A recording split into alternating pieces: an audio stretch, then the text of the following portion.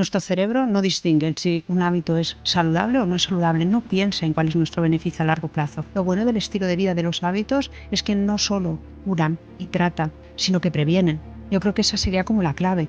Con lo cual, las pastillas no nos van a dar la solución. Muchas veces la solución la tenemos nosotros. Montse, bienvenida. Antes de entrar en materia, de empezar, me gustaría preguntarte cómo llegas a escribir un libro, ¿no? Desde tu especialidad, la endocrinología, que se llama La medicina que necesitas eres tú. Hola Marc, gracias por invitarme a participar en tu podcast. Pues la verdad es que es un camino muy interesante y yo creo que el hecho de llevar tantos años ejerciendo como endocrinóloga me ha permitido conocer muchos casos, muchas situaciones en las que te das cuenta de que sí, lógicamente hay factores externos, hay una genética, hay diferentes causas, pero realmente te das cuenta de cómo el estilo de vida influye y cómo con pequeños cambios se pueden conseguir realmente importantes modificaciones en nuestra salud. Y esto pues muchas veces las personas no lo saben. No lo saben o necesitan ser empoderados, necesitan algo de ayuda. Y el origen del libro ha venido pues de toda esta experiencia, ¿no? de todo este día a día, de vivirlo así con las personas y de pensar pues en poder ayudarles realmente. Muy bien. Y mucha gente piensa, ¿no?, en que soy débil o no tengo disciplina, ¿no? ¿De verdad es un problema de fuerza de voluntad o hay algo más que tenga que ver con nuestros hábitos o cómo creamos nuestros hábitos? Realmente es un proceso muy complejo. Sí que la fuerza de voluntad tiene algo que ver, pero más allá de la fuerza de voluntad, yo creo que lo que más destacaría para empezar es el comprender cómo funciona. Cuando entendemos cómo funciona cualquier proceso, nos resulta mucho más fácil. Realmente nosotros, nuestra especie, con los humanos, estamos programados para sobrevivir, para reproducir y sobrevivir. Y en este sentido, nuestro cerebro lo que hace es ayudarnos. Nos ayuda y lo que hace es mostrarnos aquello que ya sabe, porque cuesta menos energía, y también aquello que le provoca pues comodidad y que le provoca placer. De este modo, lo que nosotros tendemos a hacer es eso que nos presenta, ¿no?, el cerebro por estos motivos. Eso no quiere decir que sea lo mejor para nosotros. Cualquier estímulo que recibimos y que realmente nos provoca pues eso, una satisfacción, queda grabado en nuestro cerebro, de manera que nuestro cerebro nos lo va a volver a ofrecer, independientemente de que eso sea beneficioso o no. Esto tiene que ver con nuestros antepasados. Nosotros repetimos patrones que han permitido la supervivencia de la especie y por eso funcionamos así. Este es el origen y por la formación de los hábitos. Claro. De acuerdo, pues en ese sentido, porque es fácil, ¿no?, digamos así, mantener hábitos poco saludables, ¿no? Y es tan difícil llegar a tener estos hábitos saludables. ¿Por qué, no? Porque es... Claro, justamente como te decía, nuestro cerebro no distingue si un hábito es saludable o no es saludable, no piensa en cuál es nuestro beneficio a largo plazo, piensa en la recompensa inmediata. De manera que tú te fijas que aquellos hábitos que pueden estar relacionados pues con el estilo de vida poco saludable, como es pues, el comer ultraprocesados o el tener un estilo de vida más sedentario, esto realmente nos provoca una recompensa inmediata. Nosotros cuando queremos comer algún producto de este tipo, nuestros niveles de dopamina suben muy rápidamente. Sin embargo, cuando queremos introducir un hábito nuevo, esto es más solapado. No es una recompensa inmediata, sino que es una recompensa posterior, con lo cual esto no facilita el que queramos hacer, ¿no?, ese hábito. Por otro lado, además, otro hecho que ocurre es que nosotros necesitamos gastar mucha más energía, tanto física como mental, cuando queremos establecer un nuevo hábito. Tenemos que crear una nueva ruta neuronal para ello. Sin embargo, con los hábitos que ya conocemos y que además son más fáciles porque nos recompensan más, de este modo no necesitamos, la energía es mucho más baja porque ya vamos directamente a ello y nos gusta mucho más, ¿no? Si tenemos que empezar a practicar ejercicio, por ejemplo, necesitamos salir de esa pereza, de esa comodidad, sobre todo para las personas que no han practicado nunca. De manera que cuando ya tenemos una ruta creada y encima nos da una recompensa fácil y nos gastamos mucha menos energía, va a ser mucho más fácil que la repitamos. Y yo creo que el comprender esto ayuda mucho a que podamos avanzar en ello, porque muchas personas, yo en la consulta lo oigo mucho, es que yo no tengo fuerza de voluntad, es que yo no puedo ni voy a poder. Claro, pero no eres tú, es cómo funcionamos. Lo que pasa es que hay personas que lo han trabajado más, hay personas que tienen una genética o un entorno que le ha facilitado, pero podemos hacer ese cambio. Perfecto. Y a nivel de si tuvieras que explicar, ¿no?, a las personas, ¿no?, que estos hábitos son tan potentes, ¿no?, o más potentes que una pastilla, por ejemplo, ¿no? ¿Cómo se lo explicarías o qué les dirías? Claro, yo en mi consulta intento retrasar al máximo, si no es necesario, un tratamiento farmacológico. Si es necesario e imprescindible y depende de la enfermedad, sí, pero es que lo bueno del estilo de vida, de los hábitos, es que no solo curan y tratan, sino que previenen. Yo creo que esa sería como la clave. Nos permiten evitar enfermedades, prevenir y además ir hacia una longevidad saludable, que es al final lo que todos queremos, sentirnos bien. Con lo cual, las pastillas no nos van a dar la solución. Muchas veces la solución la tenemos nosotros. Por eso la medicina que necesitas eres tú, ¿no? Por eso tienes que encontrar esa solución dentro y ver cómo puedes llevar a desarrollar todos esos hábitos. Claro, pero al final tendemos un poco a la comodidad que hemos dicho antes, ¿no? A lo más fácil o lo que ya conocemos y sí. Es a lo que tendemos. Sí, efectivamente. Pero cuando comprendemos que esto es así, que no es algo, no es que yo sea débil, no es que yo me equivoque siempre, no es que yo no sirva, porque esto es este castigo, ¿no?, que nos decimos, como nos hablamos, esto no nos permite avanzar. Pero cuando entendemos que es que funcionamos de este modo, pero puedo hacer algo para cambiar, y el primer paso pues es tomar conciencia y conocerlo, y a partir de aquí podemos seguir avanzando. Y en tu experiencia a nivel real, que hayas visto en el estilo de vida saludable, ¿qué prevención hay real de estas enfermedades que hemos hablado, ¿no? A nivel que tú hayas visto como tu experiencia, ¿no? Que tú hayas vivido, que digas, ostras, es que esto realmente es útil o funciona, ¿no? Claro, el estilo de vida, como te decía, es la parte más fundamental. En la salud, en la pérdida de la salud o en la aparición de la enfermedad influyen diferentes factores, es cierto, pero un 40-50% del peso se lo lleva el estilo de vida. Es verdad que la genética tiene un 20%, también influirá el sistema sanitario, influirá en nuestro entorno, pero incluso la genética es parcialmente modificable a partir de nuestro estilo de vida, a través de la epigenética, ¿no?, que se pueden activar o desactivar unos genes, con lo cual esa parte es la más importante. Además te diré que es la parte que más gratificación provoca a la persona. Realmente cuando lo consiguen y se dan cuenta de que sí que pueden, esto es un gran estímulo para la persona darse cuenta de cómo se puede cuidar uno mismo. De hecho, sí, lo sabemos, y cuando las personas realmente, cuando realmente has conseguido llegar al punto de decir he ayudado a alguien, es cuando la persona viene y te lo dice, ¿no? Cuando realmente te verbaliza, sí, he conseguido hacerlo, he conseguido cambiar, y aunque sean pequeños cambios, marcan una gran diferencia. Y bueno, para mí es lo más satisfactorio en la consulta realmente, que te cuenten que han podido pues, hacer pequeños cambios. Y ellos perciben que estos pequeños cambios, ¿no?, les llevan a mejorar su salud realmente. Claro, a encontrarse mejor. La percepción de salud es muy variable. El concepto de salud puede ser uno, pero la percepción es variable. Cada uno puede relacionarlo con algo. Pues hay personas que se sientan más vitales, hay personas que se sienten que tienen mayor movilidad, que se sienten más seguras, ¿no?, en personas mayores. Por ejemplo, el hecho de ganar fuerza muscular hace que sean más ágiles, que tengan más vida, que el hecho de que puedan acompañar a sus nietos. Por eso es importante que el concepto de salud puede ser único, pero es variable, y hay que tenerlo en cuenta, adaptarlo a cada persona. ¿Qué es lo que entiendes tú y qué es lo que quieres tú? ¿Qué es lo que quieres conseguir? Así es mucho más fácil poder establecer este camino, que siempre suena un poco difícil, pero cuando lo adaptamos e individualizamos es mucho más sencillo. Vale, volviendo un poco al libro, ¿no? También hablas un poco de la inflamación crónica de bajo grado. Uh-huh. ¿Cómo nos lo explicarías? ¿Qué es exactamente esto y en qué influye, ¿no?, en nuestra salud? La inflamación crónica de bajo grado es un concepto que a veces se confunde, y uno piensa que la inflamación, hablamos pues de distensión abdominal, ¿no?, de que tengo el abdomen hinchado, y claro, esto es algo puntual y puede formar parte, pero es algo mucho más amplio.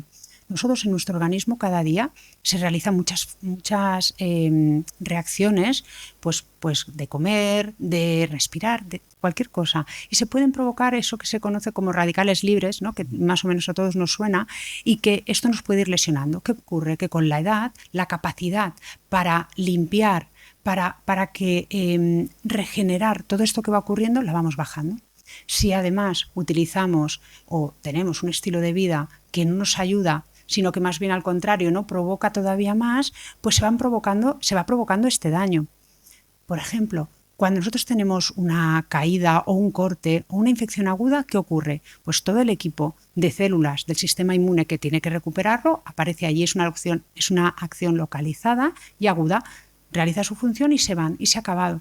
En este caso no. En este caso es un daño mucho más general, más sistémico y además que es insidioso, largo y se mantiene en el tiempo. Por ejemplo, en la obesidad ocurre esto. Cuando la grasa se acumula en exceso y además se acumula en las zonas abdominal, en la zona abdominal, lo que ocurre es que esta grasa pierde su función. La función de la grasa va mucho más allá de acumular este tejido, sino que tiene unas señales, unos marcadores que son antiinflamatorios. Pero cuando esta grasa ya está acumulada en esas zonas, se vuelve disfuncional, se altera y lo que hace es que manda señales que son inflamatorias, se activa el sistema inmune y esto hace que actúe sobre todo el cuerpo, con lo cual podemos encontrar síntomas a nivel de la cabeza, podemos tener dolor de cabeza, podemos tener alteraciones cutáneas, podemos tener alteraciones digestivas, porque este sistema inmune está activado siempre a un nivel más bajo, no como en una lesión aguda, pero es algo que nos va haciendo daño. No, ¿y cómo podemos percibirlo? Es decir, ¿tenemos algún mecanismo para percibirlo o con una analítica o cómo lo veríamos? Pues realmente los marcadores de inflamación están mucho más relacionados con la inflamación aguda. Por ejemplo, cuando tenemos ingresado a un paciente en la consulta, en el hospital, y tenemos unos marcadores como la proteína C reactiva, es un marcador que muchas personas conocen, esto es más de inflamación aguda. Entonces sí que es más difícil por una analítica, pero es más una percepción subjetiva de que algo no va bien, de que no te encuentras bien, de que estás muy cansado, de que aparece dolor articular, de que aparece de que no toleras bien, haces una intolerancia a muchos alimentos. Van surgiendo síntomas que hacen que te preguntes, esto no está bien, no siento bien. Siento bien. Entonces, muchas veces, más que valores objetivos y analíticos, es escuchar a la persona y escucharse ella misma, ¿no? y que te lo transmita. Y ves que algo no está funcionando y entonces es indagar. Esto requiere de una historia clínica muy, muy, muy completa, ¿no? Y escuchar y entender todo el contexto de la persona, realmente. ¿Nos podrías poner un ejemplo en ese sentido, ¿no? De alguien que te venga a la consulta y tú a través de su historia clínica, preguntas, ¿no? Entiendo. Sí. Puedas identificar que hay este problema. Claro, mira, por ejemplo, hace tanto en una consulta me explicaba una mujer de alrededor de 45 años que había estado aumentando de peso, que se sentía con esta sensación de inflamación, con dificultad para dormir, con dolores de cabeza, algo que antes no le había pasado.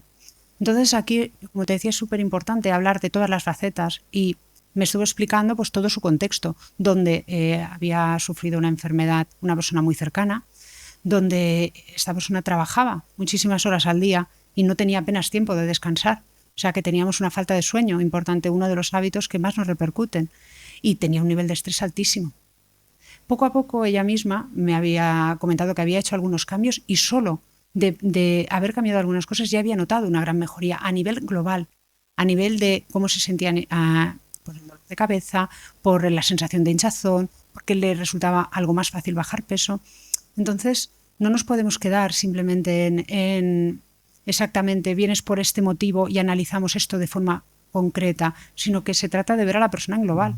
Es fundamental hacer pues esta valoración integral, ¿no? De todo lo que le ocurre. Y el estrés está detrás de la gran mayoría de las cosas de los síntomas que nos ocurren. Al final el estrés es un aumento de cortisol y este está directamente relacionado, ¿no? Pues con esta inflamación que hablábamos.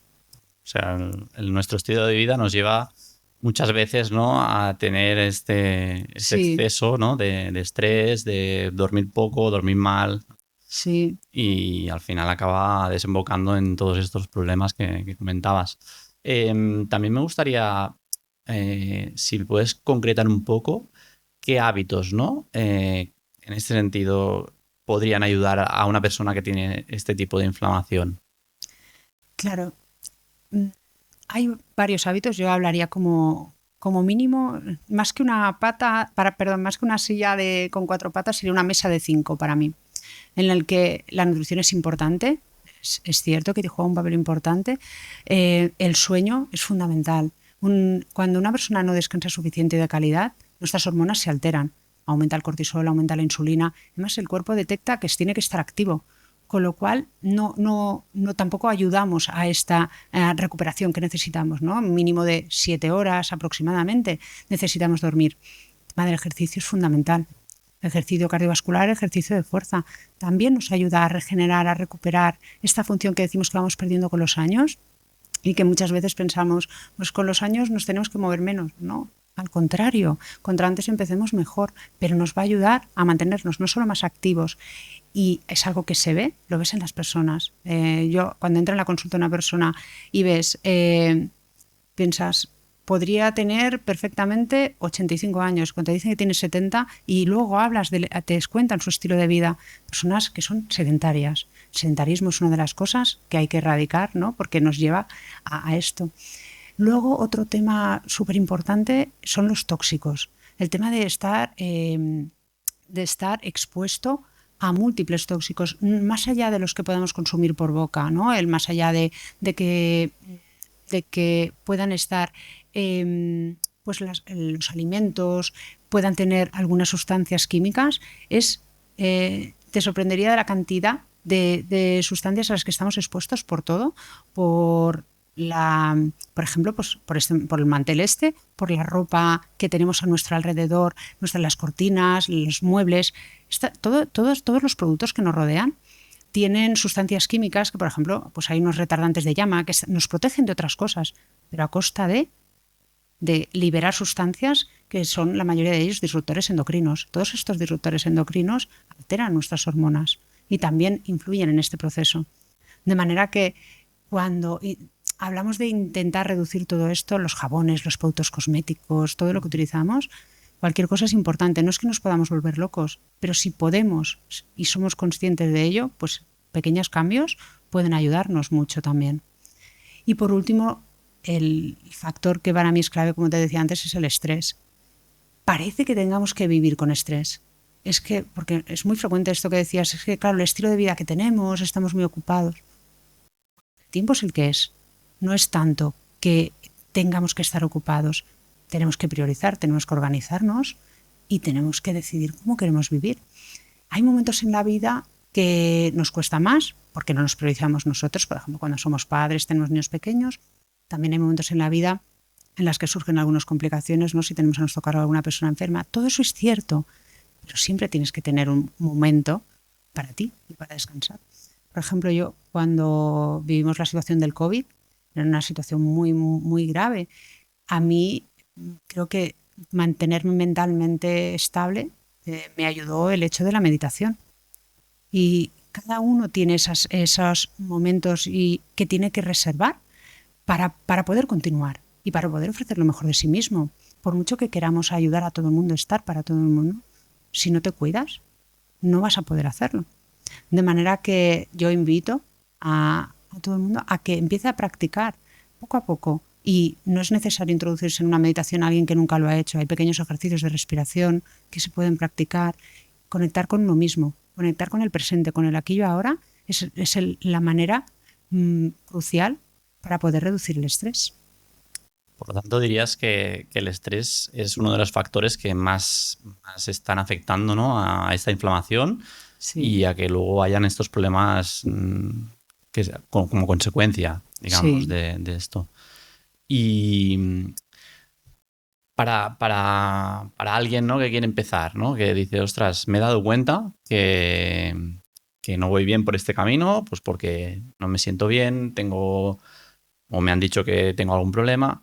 Él tiene esta intención, ¿no? de empezar, pero cómo lo podríamos acompañar o cómo podríamos ayudarle a este camino, ¿no? de cambio de hábitos, ¿no? Al final.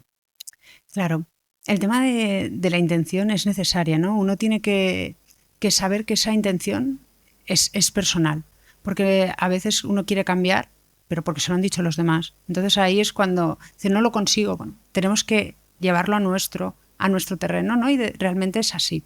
Y luego aquí hay algo muy interesante también, que es saber para qué, ¿no? No es por qué quiero cambiar, sino para qué. Es una diferencia que a mí me resulta muy interesante, y es que cuando yo hablo de por qué, hablo un poco de las causas, de los motivos. Hablo de un poco del pasado o de lo que me han dicho los demás que tengo que hacer. Sin embargo, el para qué me inspira a transformar, a moverme hacia adelante, a caminar hacia un propósito. Es como un motor mucho mayor. Hacer esta pregunta es como más amplio y no es una justificación. Y además, lo más importante de todo, lo expresas en positivo, no expresas en los problemas que yo tengo. Aquí podríamos citar a Víctor Frank. Víctor Frank, en su libro El hombre en busca de sentido, habla sobre el hecho de centrarnos en lo que nosotros podemos hacer, en nuestro propósito, y no centrarnos en la raíz del problema. Mayor problema del que vivió él, y supo cómo orientarlo. Siempre podemos orientarnos hacia nuestro propósito y hacia adelante, y a saber qué podemos hacer nosotros, no en el problema. Cuando nos sentamos en el problema, en los porqués, en lo que me han dicho los demás, es muy difícil. Con lo cual, esa intención siempre la podemos trabajar en ese sentido positivo de buscar ese propósito, ¿no? Ese qué quiero conseguir. Claro, a nivel de salud, ¿no? A nivel de estar mejor uno mismo, hay un porqué ahí dentro, ¿no? Que tiene que ser suficientemente potente, ¿no? Por decirlo así, porque si no es como que estoy a medias, ¿no? Empiezo pero paro, ¿no? Y ese porqué tiene que ser, entiendo, suficientemente potente, ¿no? Pero fíjate que si tú te preguntas el porqué y la respuesta es porque quiero controlar mi azúcar, porque me duele la espalda, piensa, ¿a esto a qué te lleva? A mí me lleva más a encogerme, ¿no? Y a no sentirme con ganas de empezar. Sin embargo, si cierras un momento los ojos y piensas, ¿cómo me visualizo yo? Me visualizo más en, me veo vital, me veo moviéndome, me veo con capacidad. Esto me lleva a la acción. Este es el para qué. Es mucho más transformador y movilizador. Si tú formulas esto en positivo y no en recordar esa enfermedad, esa situación difícil que tengo, sino en qué puedo hacer, hacia dónde voy y cómo me visualizo, esto ayuda muchísimo. Y ahora mismo estamos en un momento, ¿no? De que hay bombardeo, por decirlo así, de información, ¿no? Sí. ¿Cómo podemos saber qué es lo que realmente podemos coger y podemos decir esto realmente me sirve a mí para mejorar, ¿no? Claro, yo creo que tenemos que ser críticos. Tenemos que ser críticos con la información que leemos, con la persona a la que estamos escuchando. Es importante ver qué formación es imprescindible, pero no es lo único. Tenemos que ver si esa persona que nos está dando esta información realmente se basa en una información, en una evidencia científica. Es fundamental esto, en ver si realmente es una persona que utiliza un lenguaje adecuado, sin ser excesivamente simplista, si pretende transmitir, la adquisición de unos hábitos que sean sostenibles, que sea realista y que sea equilibrado. Cuando las personas que hacen afirmaciones taxativas, muchas veces yo recomiendo no acercarnos, no tener prudencia en esto, porque además la ciencia no es, ojalá nos diera resultados tan... Entonces, cuando alguien te habla sobre resultados claramente 100% lo vas a conseguir, yo de aquí huiría. Siempre existen matices y sobre todo en función del contexto en el que nos movemos, y así lo tenemos que transmitir. No podemos decir que las cosas sean de otra manera. De manera que yo creo que eso es fundamental, y sobre todo el hecho de los hábitos, de que alguien esté orientado, ¿no? a ayudar a estos hábitos sostenibles y sobre todo pues saludables, claro. Y ahora que has hablado un poco del contexto, ¿no? Del entorno, ¿no? Me gustaría preguntarte qué peso crees que tiene este entorno a la hora de cambiar, de empezar a tener hábitos nuevos, ¿no? ¿Qué peso tiene esto? Nuestro entorno es fundamental. De hecho, es uno de los factores que te pueden impulsar, ¿no? O que pueden no ayudarte, ¿no? Justamente lo contrario, poner palos a la rueda para avanzar. Tanto es el entorno que tú te procuras, ¿no? El entorno pues, más físico donde tú estás, como el entorno y el apoyo social. Todo esto juega un papel primordial. Si tú quieres cambiar y favoreces, por ejemplo, en el tema de la alimentación, el hecho de que tú tengas a la vista pues fruta, no es lo mismo que tener a la vista galletas. No es lo mismo que tengas también en tu entorno, por ejemplo, pues un lugar donde practicar ejercicio físico más fácilmente, que no vivir en un lugar donde pues el clima, por ejemplo, te impide salir a la calle, donde es muy difícil adquirir productos frescos también. O sea que realmente nuestro entorno sí que nos condiciona. Nuestro estilo de vida es en gran parte decisión nuestra, pero no hay que olvidar que hay otros factores que juegan un papel, y en este sentido el entorno yo creo que es primordial. Pero también podemos tomar decisiones conscientes en este sentido. Mejor acercarnos a personas, ¿no?, que nos puedan ayudar, que nos orienten y que vayan un poco en sintonía con nosotros. Qué mejor que apuntarte a un grupo. Si quieres empezar a practicar ejercicio, no digo al gimnasio solo, pues hay muchos grupos, por ejemplo, para empezar a correr o para hacer senderismo, para hacer bici. De manera que podemos utilizar esto y el apoyo social es uno de los factores que pueden ser clave en esta adquisición. Y una vez decidimos, ¿no?, que queremos cambiar, ¿vale? ¿Cómo usamos la repetición, ¿no?, para poder cambiar? Porque al final, si no repetimos una conducta, no habrá cambio, ¿no? Entonces, Claro.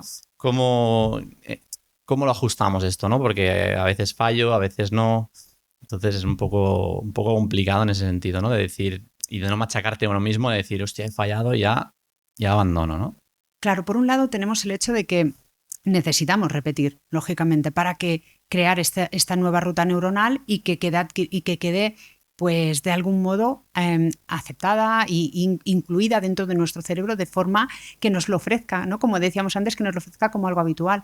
Para eso, como hemos dicho, necesitamos practicar, pero necesitamos ser conscientes. Muchas veces pensamos que esto va a llegar de forma espontánea, ¿no? Pensamos que, bueno, pues cuando lo necesite, ¿no?, y yo me vea realmente pues en una situación, porque ahora no estoy mal, esto también es algo que escucho mucho, ahora no estoy mal, cuando llegue el momento, seguramente entonces me sentiré con ganas de hacerlo.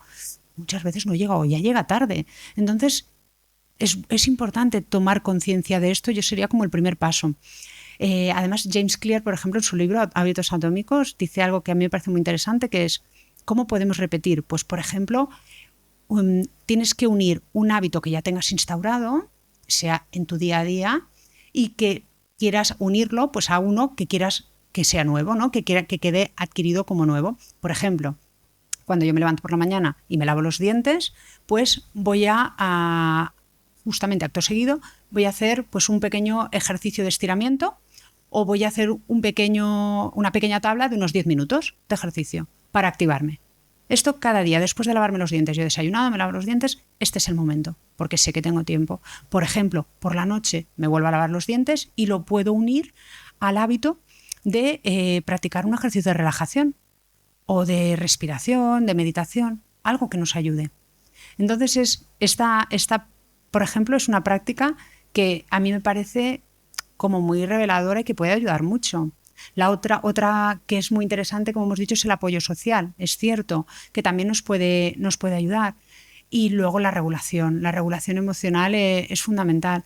Cuando nosotros queremos empezar a practicar algún hábito nuevo, tenemos que ser conscientes de que van a aparecer problemas y de que, bueno, pues paramos, tomamos conciencia, vemos cuáles son los inconvenientes, vemos hacia dónde podemos tirar y aprendemos de ello, ¿no? No hay más problema por esto. Pero siempre yo creo que lo clave sería pues, el tomar conciencia de que sí, de que podemos hacerlo, pero de que es un proceso activo. No es algo que nos vaya a llegar sin más. Si queremos cambiar, tiene que haber esa intención, ¿no? Y luego entiendo que también estos hábitos nuevos que queremos crear tienen que tener ciertas cualidades, ¿no? Por decirlo así. Si yo empiezo de 0 a 100, ¿no?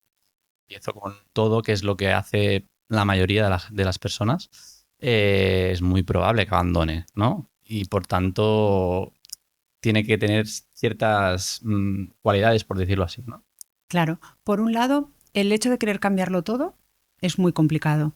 Muchas veces ocurre que a través de empezar con un hábito pueden ir desencadenándose otros, pero hay que ser realista y empezar de forma progresiva para ir cambiando, porque si no nos abrumamos, nos genera más estrés incluso porque queremos hacer demasiadas cosas.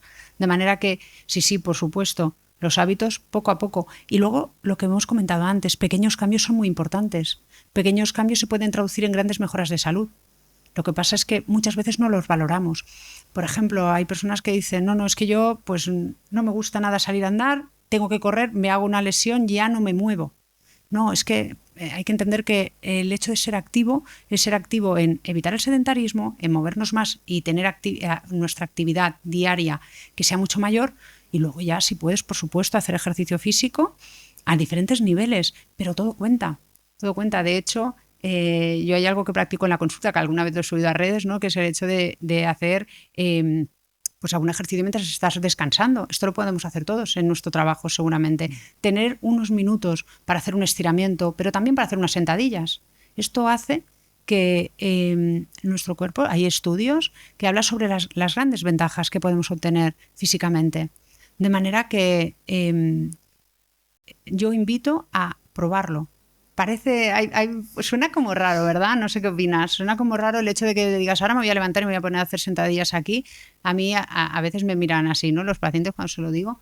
Pero realmente es un cambio. Es un cambio. Tú imagínate pasarte 8 horas en la misma postura. Mucha gente no es imaginación, realmente es que lo hacen apenas te mueves. Y esto provoca grandes problemas, no solo a nivel osteoarticular, no muscular, sino que no desconectamos nada. Solo por el hecho de ser consciente de tu cuerpo y de estirar, ya estás bajando el nivel de estrés. Y ya tus hormonas también tienen un beneficio. De manera que invito a probarlo, a ser consciente, ¿no?, de estos microdescansos y de, si puede ser, pues una práctica pequeña de ejercicio también. Claro, incluir siempre que puedas algo de movimiento, ¿no? Siempre. Pero claro, es verdad que hay muchos trabajos actualmente que estás muchas horas sentado, ¿no? Sí. Y claro, se ve raro, ¿no? Alguien que se levanta, que ahora hace unas sentadillas, o ¿no? Es como extraño, ¿no? Pero claro, realmente es algo como una necesidad biológica que tenemos. Y es una respuesta, ¿no?, que le estamos dando al cuerpo para que funcione mejor. Claro, sí. Yo creo que hay que intentar convertir en habitual algunas cosas que vemos raras. Y si hay que ser el precursor, pues adelante, habrá que serlo. Pero lo que sí que está demostrado que nos ayuda, no hay que dejarlo y no hay que dejarse llevar tampoco por este entorno, que a veces pues por cómo nos van a hacer sentir, lo que van a pensar. Tenemos que tener claro qué es lo que necesitamos. Y, por ejemplo, en la consulta te has encontrado, bueno, supongo que sí, pero te has encontrado personas que han tenido una recaída, digamos, que han empezado un cambio pero han abandonado. ¿Cómo lo gestionas esto para que vuelvan, ¿no?, a tener ganas de empezar o vuelvan a los hábitos que realmente les están dando cosas positivas? Claro, fíjate que lo que es el error es algo inherente al cambio. Entonces, lo primero es quitarle importancia. No importancia en cuanto a su esfuerzo, sino no, al contrario, reconocer siempre lo que has hecho, buscar ese lado positivo, pero es normal que las cosas no funcionen. Nosotros queremos que para ir de aquí a aquí vayamos en una línea recta y todo funcione, pero más bien nuestra vida, ¿no?, y el proceso de cambio tiene muchos altibajos. Es así como funcionamos. Entonces, de nuevo, cuando lo explicas y las personas se dan cuenta, no eres tú que has fallado, es el proceso que funciona de este modo. Es mucho más fácil Es mucho más fácil poder progresar, porque lo que buscamos aquí es rápidamente volver a intentarlo. La persistencia, tú un día, por el motivo que sea, pues puede ser que estés menos motivado y no te apetezca seguir, no pasa nada, pero mañana será otro nuevo día. El problema es cuando pensamos que ya hemos fallado y hemos fracasado, y esta palabra tenemos que quitarla de nuestro vocabulario. No fracasamos. De hecho, a mí hay una frase que me encanta de Einstein que dice: las personas que nunca se han equivocado es porque no han intentado nada nuevo. Claro que puedes, tú tienes que intentar, no quiere decir que te vaya a funcionar a la primera, pero por eso este camino de altibajos iremos aprendiendo, porque esto está claro, cuando algo no sale como nosotros queremos, tenemos que aprender sobre ello. Entonces, a mí me gusta preguntarles: ¿qué has aprendido? ¿Qué es lo que ha ocurrido? ¿Por qué te has sentido así? ¿Qué es lo que crees que ha fallado? Entonces, una cosa que es muy útil es escribirlo. Si tú escribes qué es lo que querías conseguir, pero qué es lo que ha pasado realmente, ¿dónde te has encontrado el problema? Cuando buscas cuál ha sido esa dificultad que ha aparecido, y además también buscas las soluciones. La próxima vez que me ocurra, ¿qué podríamos hacer? Y todo esto además lo que tenemos que conseguir es que la persona lo diga. Yo no soy una fuente de soluciones. A mí me gusta inspirar, y las personas cambian cuando ellas se oyen decirlo, no cuando oyen a un médico que les está explicando y hablando, sino que con esa pregunta que me lo explique. Entonces hay que cambiar esa actitud. Cuando la persona viene con un aspecto de derrotado, seguro que has hecho cosas bien. Lo que pasa es que quizá tu objetivo no era del todo realista, o quizá pues hemos tenido una pequeña dificultad, un pequeño desafío. Pero no le llamemos error. Ya tenemos que avanzar.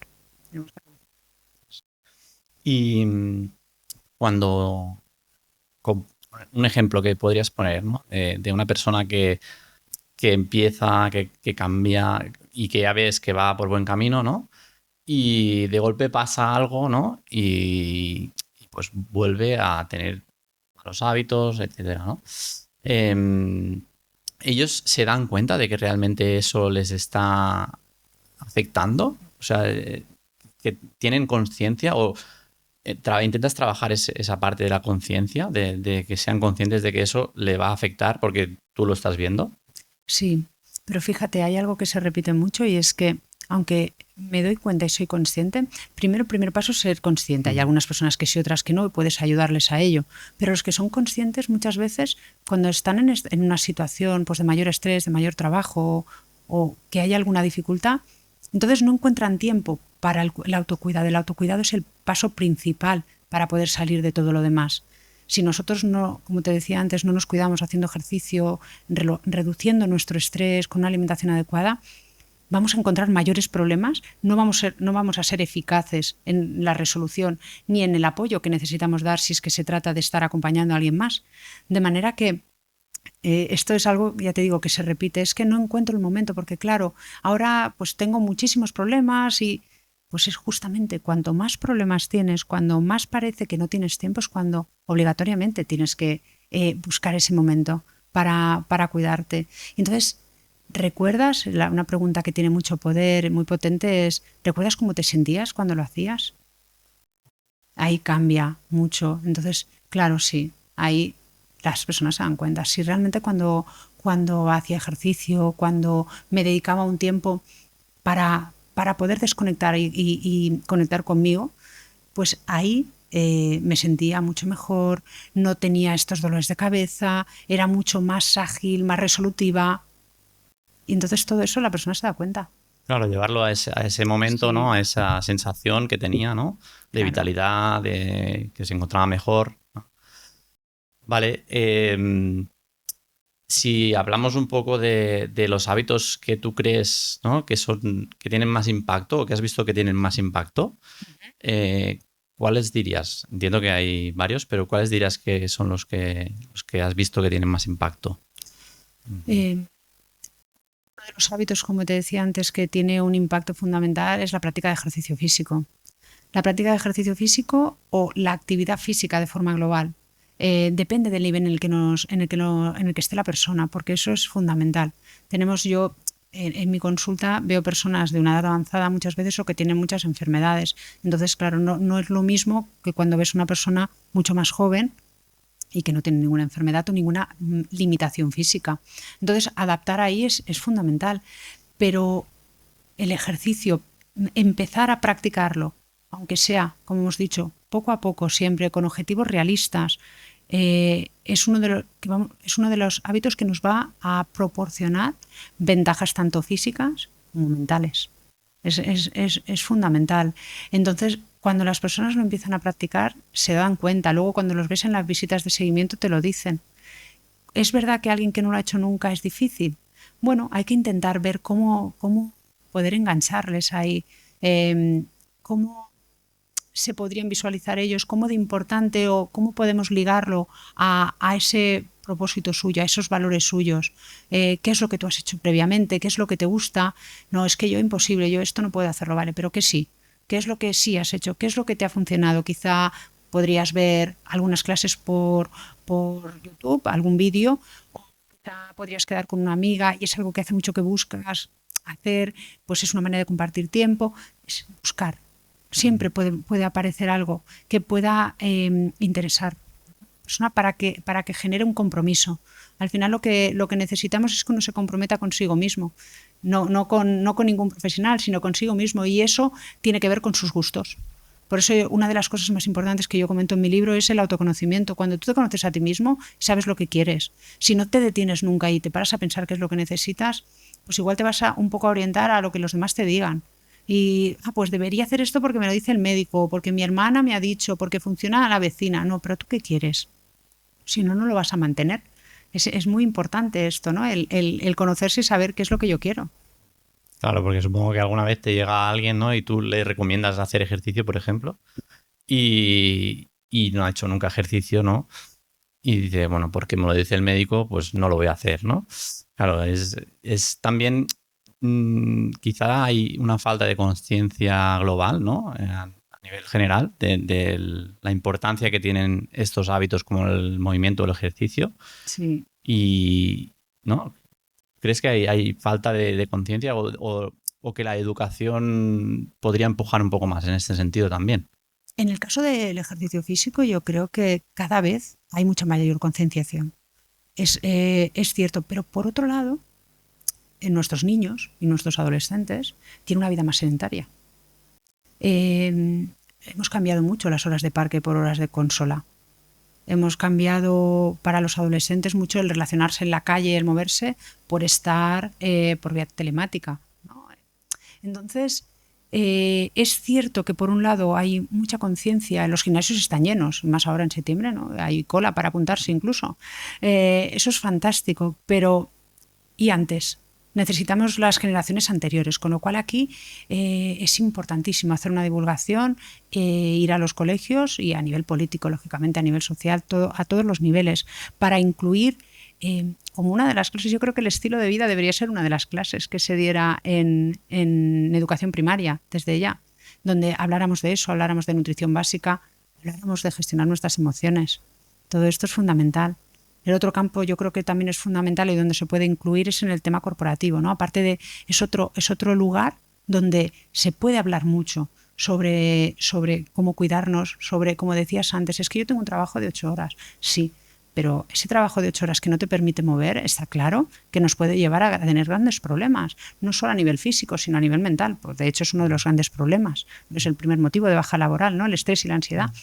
Con lo cual, que las cosas hayan sido así no quiere decir que no podamos cambiarlas, porque que hay cosas que son así y realmente tienen unas consecuencias muy graves. Entonces, si no cambiamos nada, los resultados no van a ser diferentes.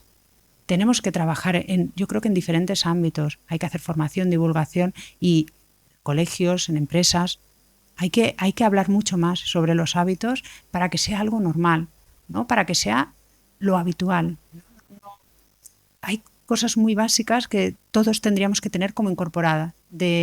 No porque mis hijos pues tienen la suerte o desgracia a veces me dicen de que su madre sea endocrino, ¿no? Y sí que lo conocen, pero hay muchos niños que no, pues todos tienen que saberlo. Entonces esto yo creo que cada vez se habla más, pero hay que seguir trabajándolo. Entiendo que en tu consulta mayormente trabajas con gente mayor, adulta, ¿no? Uh-huh. Sí. Ya de cierta edad, ¿no? Claro, estas personas que seguramente, ¿no?, vienen con varios problemas, ¿cómo les hacemos entender o cómo les haces entender, ¿no?, que el cambio viene más por los hábitos que por otra cosa que no sea, o sea, por una medicación o por algo que no sea un cambio de estilo de vida? Hay edades que son más difíciles de cambiar. Los hábitos realmente, conforme pasan los años, son más difíciles. Están más adquiridos, más considerados como propios, y el no puedo cambiar a mi edad, esto es algo que se escucha muchísimo. Entonces, de ahí la importancia de intentar ver qué pequeña cosa podrías hacer. He hecho una consulta, yo tuve a una persona que tenía una limitación muy importante osteoarticular, y que para movilizarse pues iba en silla de ruedas, no porque tuviera una parálisis, una paresia como tal, sino porque por dolor.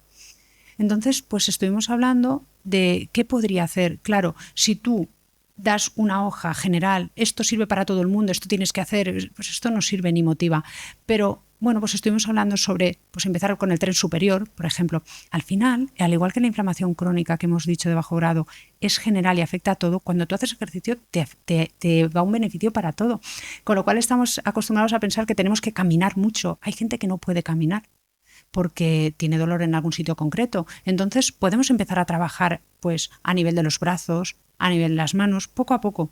Para alguien que no hace nada, eso va a ser un gran cambio. Y eso, cuando una persona sabe que puede hacerlo y va viendo que puede progresar, ver ese progreso nos va a ayudar mucho, porque es algo que hace ella, no porque es algo que le digo yo. Entonces, esa conversación muchas veces es más útil, y la persona lo va a agradecer más que probablemente hablar sobre la enfermedad en sí, ¿no?, o sobre un fármaco en sí. Es importante el poder ver que podemos conseguir las cosas, que las personas son autónomas, y transmitirlo. Todos podemos hacer, independientemente de la situación en la que estemos, siempre podemos hacer algo. Entonces, esa transmisión, ese empoderamiento, las personas lo agradecen muchísimo. Claro que sí. Cuando acabamos la consulta, ¿qué vas a hacer entonces con todo lo que hemos hablado? Y romper un poco ese mensaje, ¿no?, de que la edad no entiende, ¿no?, de esto, porque al final puedes cambiar a cualquier edad, incluso 80, 90 años, ¿no? Entiendo que si haces un cambio real, se va a ver, ¿no? En el ejercicio, en el movimiento, va a haber algo que a ti te dé beneficios. Claro, sí, piensa que nuestro cerebro es plástico. Es cierto que cuando somos bebés pues estamos por absorber mucho más y aprendemos mucho más fácilmente, pero las rutas neuronales se pueden cambiar y estas conexiones se pueden ver modificadas a cualquier edad, aunque pueda costar algo más, con lo cual la complejidad de lo que te planteas y el hacerlo lo más fácil posible es clave. Si hacemos algo muy complicado y muy confuso, no lo vamos a hacer. Si hacemos algo que no le interesa, no lo vamos a hacer. Entonces, cuando la persona tiene mayor edad, hay que simplificar todavía mucho más. Luego las personas también te piden, porque a veces te sorprenden. Ves a personas que, no, yo quiero saber más y explícame un poco más y quiero saber cómo funciona. Pues depende, ¿no? Pero para personas pues que quizás les cuesta más y que ves que realmente tienen como ese miedo, ¿no?, y ese yo no sirvo, yo no puedo, yo ya no, pues siempre encuentras algo. Siempre encuentras algo donde puedes trabajar, ¿no?, y empezar a fomentar eso. Es fundamental. Muy bien. Y para cerrar un poco, ¿qué mensaje te gustaría dejar, ¿no?, así en general? Pues a mí me gustaría comentar algo que yo creo que es súper interesante, que es el hecho de que las personas me dicen que es más importante, ¿no?, la motivación o la fuerza de voluntad.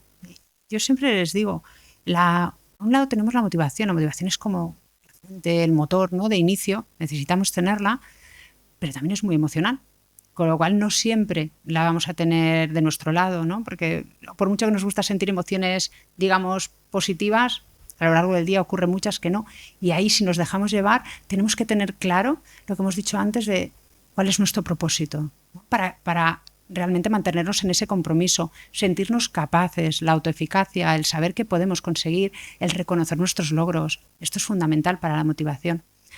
Pero cuando la motivación no está, pues por el motivo que sea, también podemos tirar de la fuerza de voluntad. No sé si a ti qué pensarás, pero tiene un poco de mala prensa, yo creo, ¿no? Porque tiene que ver más con la disciplina, que muchas veces no nos gusta, pero la fuerza de voluntad, Daniel Goleman dice, bueno, es la capacidad para posponer esa recompensa de forma racional y repetida. Y yo creo que te hace sentir tan bien cuando sabes que tú puedes, porque esa fuerza de voluntad que las personas creen que no tienen, es cierto que puede ser que de no usarla se haya atrofiado, pero la buena noticia es que sí que pueden trabajarla, se trabaja como músculo y puedes ejercer con la práctica, puedes hacer para que crezca y que la puedas utilizar. Y algo súper importante que tiene que ver con esta frustración es el hecho de saber, es que yo tenía fuerza de voluntad, pero ya no. Claro, es que hay una situación que dificulta mucho el hecho de que tengamos fuerza de voluntad y hace que desaparezca. Y es el estrés, de nuevo. El estrés hace que aumente nuestra hormona, el cortisol, y el cortisol afecta directamente a la zona del cerebro que nos permite tener fuerza de voluntad. De manera que esta sería como la clave. Si quieres tener como ese empuje y esa fuerza para continuar, tenemos que regular el estrés. Es fundamental. Tenemos que bajar esos niveles y aprender cómo para poder potenciar y que poco a poco podamos seguir manteniendo nuestra motivación, nuestra fuerza de voluntad, pero no nos castiguemos. No nos castiguemos con es que claro, yo no tengo. Sí que tienes, pero has de practicarla, porque a lo mejor, como habitualmente te dices a ti mismo que no puedes, somos como nuestros peores enemigos. Y esa crítica de yo no sé hacerlo, yo no puedo. Claro que puedes. Empezamos poco a poco y verás cómo con esa práctica realmente lo podemos conseguir. Lo podemos conseguir. Muy bien, Montse, ha sido verdaderamente un placer. Creo que ha sido una conversación muy interesante sobre los hábitos y cómo trabajar en ello. Y nada, dejaremos en la descripción, ¿vale?, toda la información de la invitada y nos vemos en el siguiente episodio. Muchas gracias por estar aquí. Gracias por la Gracias. invitación. Muchas gracias.